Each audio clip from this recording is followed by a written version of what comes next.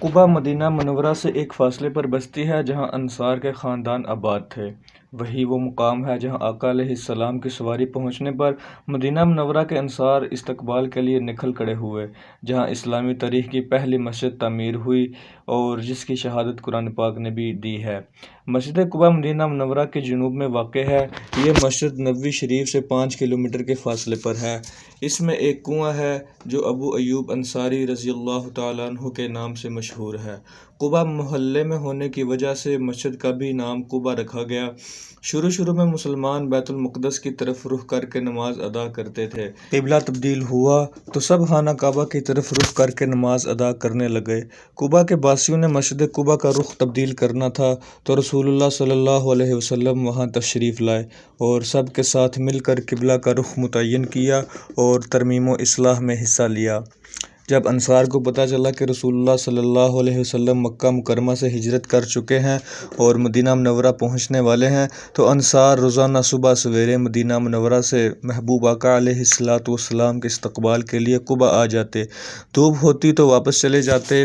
رسول اللہ صلی اللہ علیہ وسلم ربیع الاول کے مہینے میں قبا پہنچے تو بنو عمرو بن عوف میں قیام کیا۔ آرام کے بعد نبی اکرم صلی اللہ علیہ وسلم نے سب سے پہلا کام مسجد قبا کی تعمیر کا کیا۔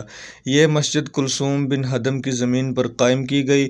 اس مسجد کا پہلا پتھر نبی اکرم صلی اللہ علیہ وسلم نے خود اپنے دست مبارک سے قبلہ رخ رکھا۔ اس کے بعد حضرت ابوبکر صدیق رضی اللہ عنہ اور حضرت عمر فاروق رضی اللہ عنہ نے ایک ایک پتھر رکھا۔ صحابہ کرام رضی اللہ عنہم اجمعین نے اس کی تعمیر میں بڑھ چڑھ کر حصہ لیا اور نبی کریم خود بھی مسجد کی تعمیر کے لیے کام کرتے رہے۔ اسلام میں سب سے پہلے یہی مسجد تعمیر کی گئی جو 8 تا 11 ربیع الاول کے درمیان تعمیر کی گئی۔ ارشاد باری تعالیٰ ہے، جو مسجد اول روز سے تقوی پر قائم کی گئی تھی وہی اس کے لیے زیادہ موزوں ہے کہ تم اس میں عبادت کے لیے کھڑے ہو۔ اس میں ایسے لوگ ہیں جو پاک رہنا پسند کرتے ہیں اور اللہ تعالیٰ کو پاکیزگی اختیار کرنے والے پسند ہیں۔ سورہ توبہ آیت 108۔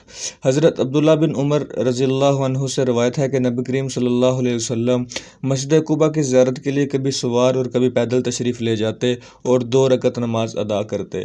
نبی کریم صلی اللہ علیہ وسلم کا ارشاد ہے، جو شخص اپنے گھر سے وضو کر کے مسجد قبا میں 2 رکعت نماز ادا کرے تو اسے 1 عمرے کا ثواب ملے گا۔ منافقین نے اس مسجد کے بالمقابل ایک مسجد تعمیر کی تو انہوں نے رسول اللہ صلی اللہ علیہ وسلم کو اس میں نماز ادا کرنے کی دعوت دی۔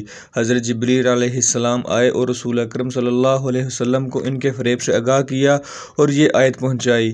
کچھ اور لوگ جنہوں نے ایک مسجد بنائی اس غرض کے لیے کہ دعوت حق کو نقصان پہنچائیں اور اللہ تعالیٰ کی بندگی کرنے کی بجائے کفر کریں اور اہل ایمان میں پھوٹ ڈالیں اور اس بظاہر عبادت گاہ کو اس شخص کے لیے کمین گاہ بنائیں جو اس سے پہلے اللہ اور اس کے رسول کے خلاف برسر پیکار ہو چکا ہے۔ وہ ضرور قسمیں کھا کر کہیں گے کہ ہمارا ارادہ تو بھلائی کے سوا دوسری چیز کا نہ تھا، مگر اللہ گواہ ہے کہ وہ قطعی جھوٹے ہیں۔ تم ہرگز اس عمارت میں کھڑے نہ ہونا۔ سورہ توبہ آیت 107۔ قرآن کریم میں منافقین کی مسجد کو مسجد ضرار کا نام دیا گیا۔ رسول اکرم صلی اللہ علیہ وسلم نے اسے زمین بوس کرنے کا حکم جاری کیا تھا۔ سعودی عہد میں مسجد قبا پر سب سے زیادہ توجہ دی گئی۔ خادم حرمین شریفین شاہ فہد بن عبدالعزیز نے اس کی تعمیر نو کا حکم صادر کیا تھا۔ اس موقع پر اس کا رقبہ کئی گنا بڑھا دیا گیا۔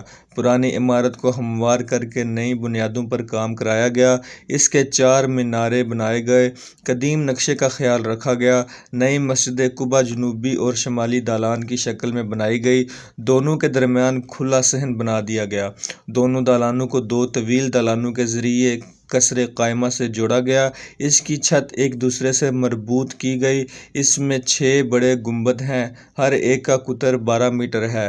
مسجد پر 56 چھوٹے گنبد ہیں، ہر ایک کا قطر 6 میٹر ہے۔ مسجد کی پوری عمارت 13,600 مربع میٹر رقبے میں پھیلی ہوئی ہے۔ مسجد کے ساتھ ایک لائبریری اور زائرین کے لیے مارکیٹنگ ایریا بھی رکھا گیا ہے۔